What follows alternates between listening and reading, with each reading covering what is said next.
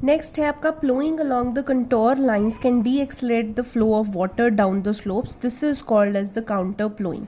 अब अगर हम जहाँ पे हमने प्लो करना है तो उसके अगर बाउंड्री एरिया में अगर हम प्लोइंग करके थोड़ी सी हाइट बढ़ा दें, स्लोप बना दें, तो क्या होगा, अगर पानी एकदम से आएगा तो वो पानी की स्पीड को रोक देगा। मतलब हमने एक एरिया की ना बाउंड्री बनानी है मिट्टी से, तो अगर थोड़ा सा ऊपर उसको राइज कर देंगे तो पानी अगर एकदम से आएगा तो वो फ्लो को रोक देगा, सीधा मिट्टी वॉश अवे नहीं होगी। तो ploughing along the contour lines can decelerate the flow of water down the slopes, इसी चीज को हम काउंटर प्लोइंग बोलते हैं। Steps can be cut on the slopes making terrace. Terrace cultivation restrict erosion. आपने देखा होगा पहाड़ी इलाकों में जो फार्मिंग होती है वो टेरेस फार्मिंग होती है। वो इसीलिए होती है क्योंकि स्टेप्स बनाए होते हैं। पानी अगर एकदम से ऊपर से आएगा तो वो स्टेप बाय स्टेप नीचे जाएगा, तो एकदम से स्पीड से पानी मिट्टी पे नहीं बजेगा ताकि सीधा मिट्टी ही इरोड हो जाए। तो स्टेप बाय स्टेप मतलब वो एक रिस्ट्रिक्शन क्रिएट कर देता है ताकि जो सॉइल है वो इरोड ना हो जाए। Western and central Himalayas have will develop terrace farming. Large fields can be divided into strips.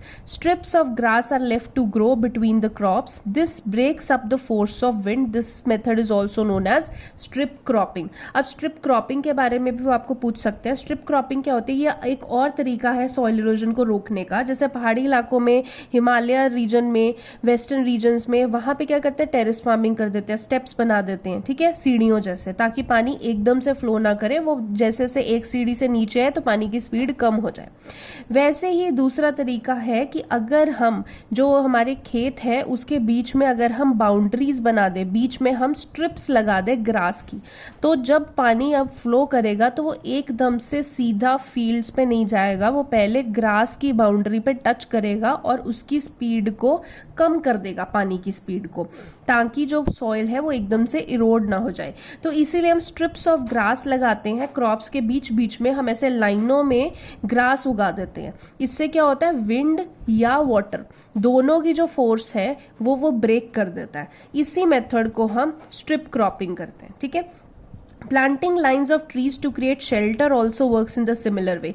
कुछ लोग ऐसे करते हैं कि अपनी फील्ड के अराउंड जो है वो ट्रीज लगा देते हैं, ताकि हवा अगर जोर से आए तो पहली फोर्स जो है उस विंड की वो ट्रीज पे पड़े, ना कि सीधा क्रॉप्स पे पड़े। तो ऐसे क्रॉप्स भी उखड़ सकती हैं, वो भी खराब हो सकती हैं। तो इसी वजह से शेल्टर की तरह वो ट्रीज को भी यूज करते हैं। तो rows of such trees are called shelter belts. तो इसी अगर एक लाइनों में अगर हम ट्रीज ऐसे उगा देंगे एक फील्ड के अराउंड, तो पानी जो हवा जो है वो सीधा उन ट्रीज पे ही आएगी, सीधा क्रॉप्स पे नहीं आएगी।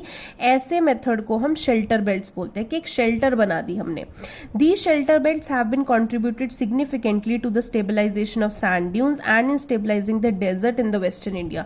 यही शेल्टर बेल्ट्स हम राजस्थान जैसे एरिया में भी होती हैं। वहां पे कैक्टस प्लांट्स या बुशेस जो हैं वो हम कॉर्नर्स पे हम ग्रो कर देते हैं, ताकि जब विंड आती है तो सीधा वो सैंड पे ना आए। अगर सीधा सैंड पे एक्ट करेगी तो ऊपर की जो लेयर है मिट्टी की वो उड़ जाएगी और सॉइल इरोड हो जाएगी। तो इसी वजह से सैंड ड्यून्स में आप बाउंड्री पे जो शेल्टर बेल्ट्स बनाई जाती हैं वहां पे ज्यादा थॉर्नी बुशेस या कैक्टस प्लांट्स ये सब कुछ ग्रो किया जाता है, इसीलिए ताकि सीधा सॉइल इरोड ना हो।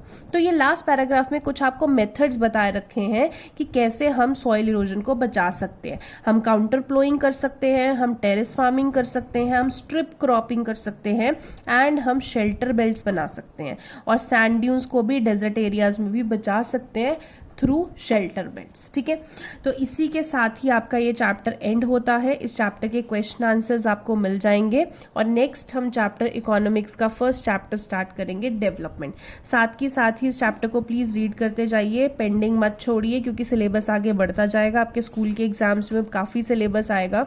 जब भी आपके मोस्ट प्रोबेबली जुलाई में जब एग्जाम्स होंगे या अगस्त में होंगे या मे बी सीधा सितंबर में ही हो, तो सिलेबस आपको आना ही आना है ज्यादा। तो साथ ही फॉलोअप करते रहिए, और कुछ भी डाउट है तो मेरे को send in the form of voice notes. मैं जितनी जल्दी एड्रेस हो सके उन डाउट्स को करूंगी। एंड क्वेश्चन आंसर्स की असाइनमेंट्स प्लीज रेगुलरली भेजिए। कुछ बच्चों के रेगुलरली नहीं आती हैं असाइनमेंट्स, तो साथ ही भेजिए। जो टाइम आपको दिया जाता है उस टाइम पे आप भेज दीजिए। अगर कुछ ज़्यादा रीज़न है आपका, मे बी स्कूल की क्लासेस की वजह से या कुछ भी प्रॉब्लम आ रही है कि आप डिले कर पा रहे हैं, तो at least send us a notification कि आप डिले क्यों कर रहे हैं, ठीक है। Thank you so much.